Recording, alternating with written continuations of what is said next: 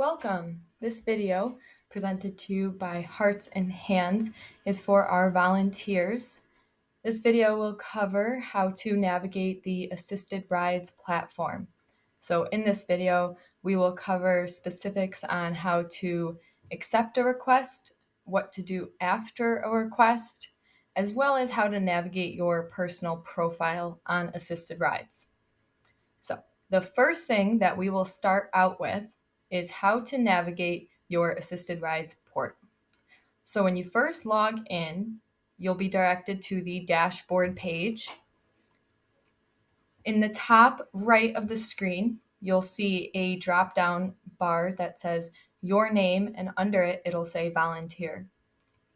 If we click that, we'll go click the button here that says profile right below that. That will direct us to our specific volunteer profile on Assisted Rides. When we look at that, there's a couple of things to note. So the first one is this first tab, the About tab. This information is all collected at your intake, so you generally do not need to change that. As we go into the tab below it, Volunteer with the green icon of multiple people, we'll see a tab that says General. Again, this is another tab that is completed at intake, so you do not need to worry about that.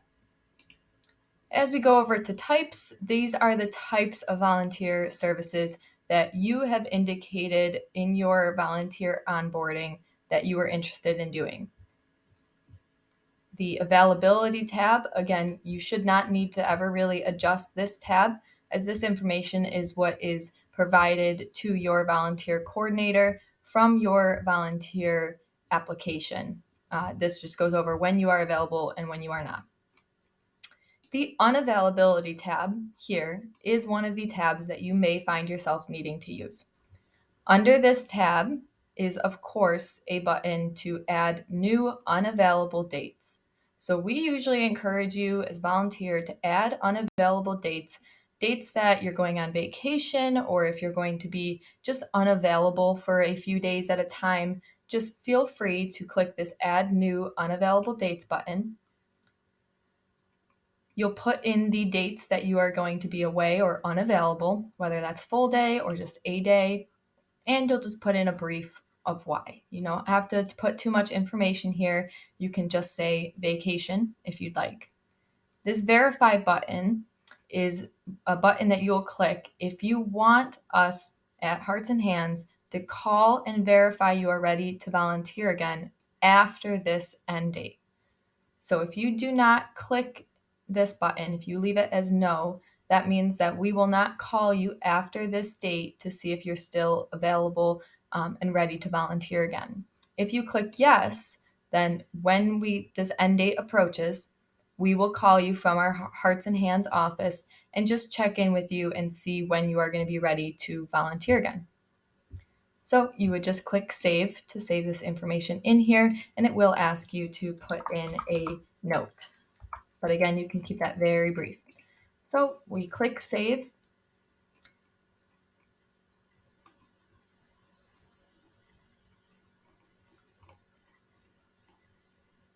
And by doing that, it'll put on here that I am unavailable.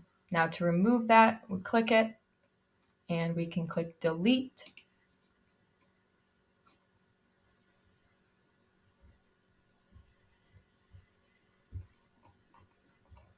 And now it won't show up anymore.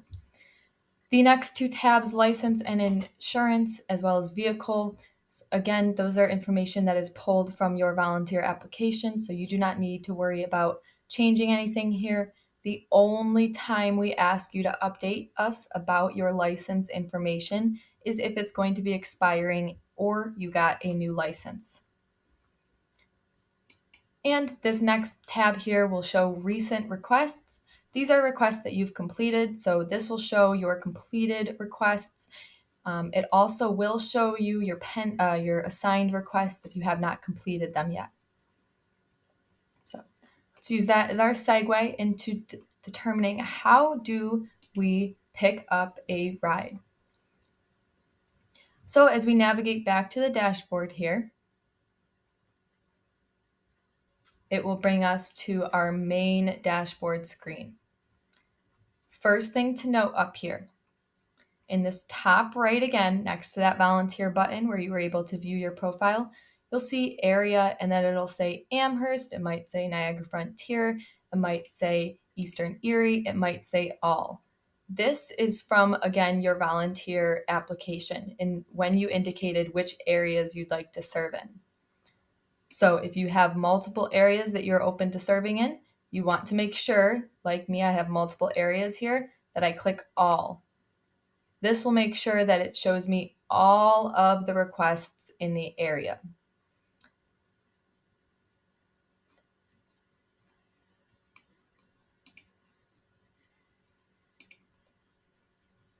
So when that populates here, we again see now it's popping up with more requests here because it's showing us all of the requests from that area. However, if you're only assigned to Amherst, then you'll only have one button to click. So we'll just make ours back to Amherst here because that's the area I'm serving in. And when this populates, this first one here that we see, let's say this is an appointment that I am willing to take. So I'm going to click the button of the date and time. So this blue link, it's going to pop up with the ride details or request details. When you get to this screen of the request that you are interested in, it is important to note the information on the request. Where are you going? What time are you going? And who you are going to be seeing. Once you've determined that this is in fact a request that you would like to take, you're going to click this button over here on the left side of the screen under Actions that says, Yes, assign me as a driver. When we click that button, what it will do is it will send your email, the listed email that you have on your profile, a request detail. So as you can see, it says, thank you. You've assigned yourself as the driver for the request. And now that I've been assigned to this request, it's going to show me as the driver below here. So now we have covered how to accept a request.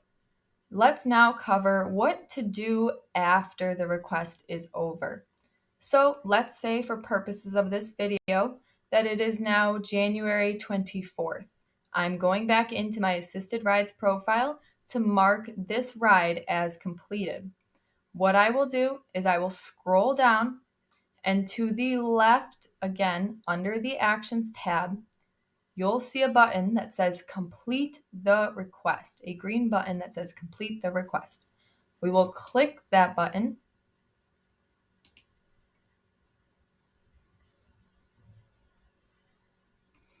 And it'll pop up the request completed successfully.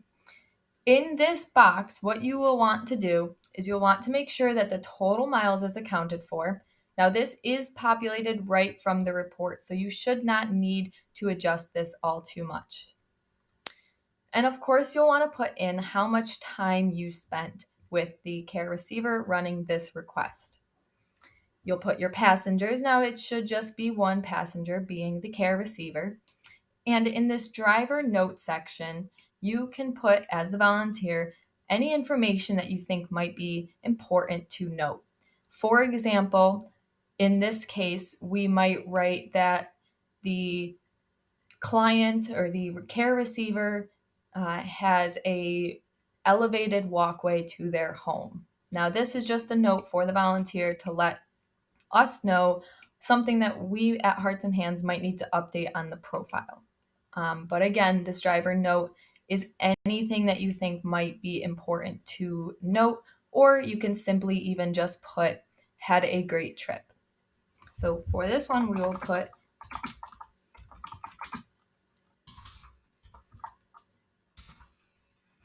that. And then now, when we scroll down to the bottom of the page, we'll see a save button, a green save button. Make sure you click that before you exit. And of course, make sure you put in the time or else it won't let you move forward. And before you exit, make sure you click the Save button. And now, after that has reloaded, you will see that this ride was completed. You'll also see another note that this ride has been completed. As you scroll down, it'll show that the ride is completed and you no longer have any more actions that you can do for this request. So, just to recap, in this video, we covered the brief profile for a volunteer and any important items that you might need to update on that profile. We also covered how to accept a request, and we covered how to mark a request completed. We thank you for your time in watching this video. If you have any further questions or concerns about the Assisted Rides platform and your role as a Hearts and Hands volunteer using the platform, please do not hesitate to reach out to us directly or reach out to your volunteer coordinator. Thank you.